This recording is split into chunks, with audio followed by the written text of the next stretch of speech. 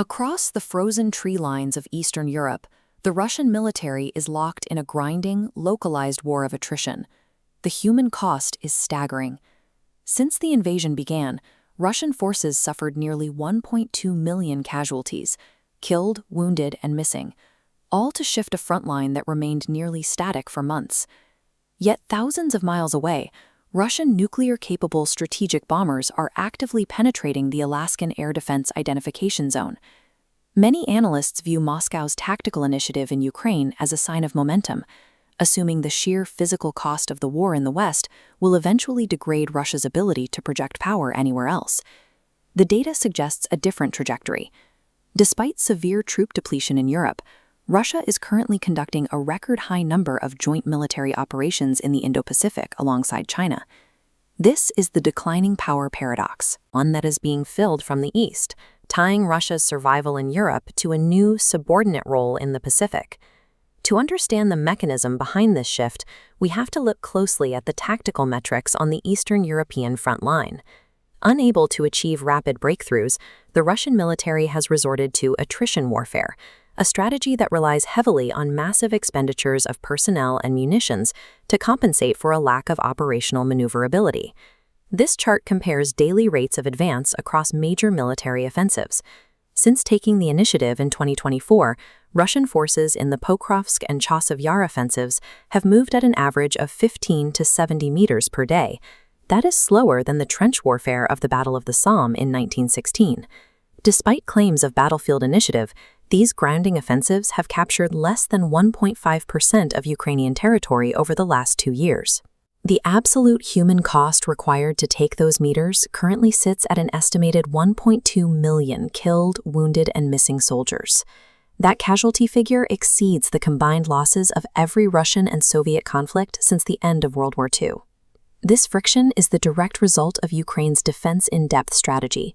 Vast rows of concrete anti-tank obstacles, known as Dragon's Teeth, combined with dense minefields, make rapid vehicle movement nearly impossible.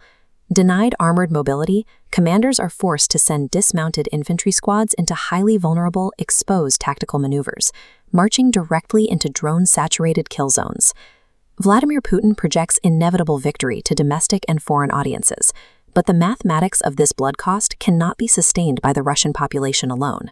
Judged purely by the physical metrics of captured territory and expended resources, these numbers represent the exhaustion of a conventional great power.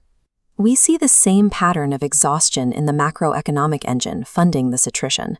Top-line economic figures, like a projected 0.6% GDP growth for 2025, mask severe structural decay. The Russian state is actively cannibalizing its own economy. Capital is being diverted away from civilian innovation and poured entirely into low-productivity goods like artillery shells and uniforms, which sustain the immediate war effort but produce zero long-term economic value. This visualization maps the distribution of the top 100 global technology companies by market capitalization. It is populated heavily by the United States, China, Japan, and Western Europe. Russia has exactly 0 companies on this list. The country's once formidable space industry, Roscosmos, managed only 17 orbital launches in 2025, compared to 193 by the US and 92 by China. Meanwhile, its top artificial intelligence models trailed generations behind open-source competitors. To maintain the current volume of fire in Donetsk, Russia is permanently sacrificing its future capacity to innovate and compete on the global stage. How does a hollowed-out, heavily sanctioned economy physically sustain high-intensity combat month after month? By outsourcing its survival to foreign autocracies.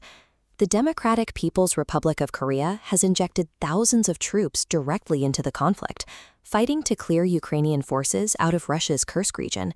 This functional military alliance was cemented in high-level diplomatic meetings in July 2026, steered by Russian Foreign Minister Sergei Lavrov.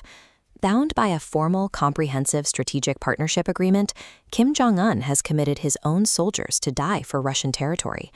Further south, China acts as the primary economic and manufacturing engine keeping Moscow afloat.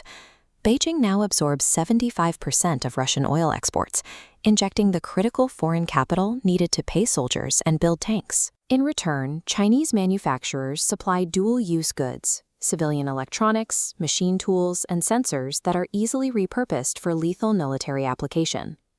China currently provides 70. After a lull in 2020, the data shows a sharp escalation, hitting a record-breaking 11 combined exercises and patrols in 2024.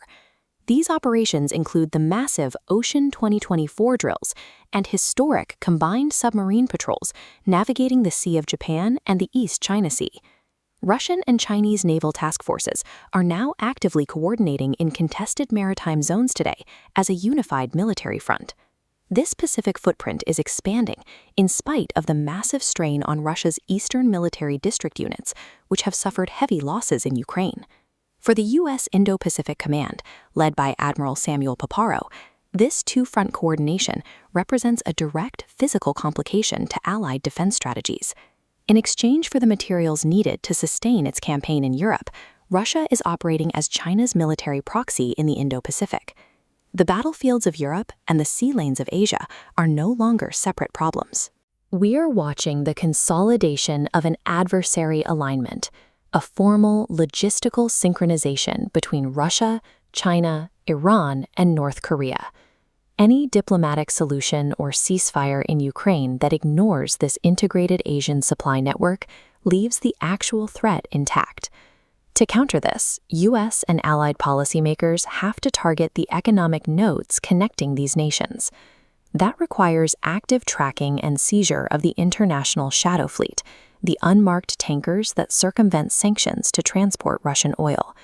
It also requires legislative action, applying steep secondary tariffs on any nation that continues to import Russian raw materials to feed this war economy.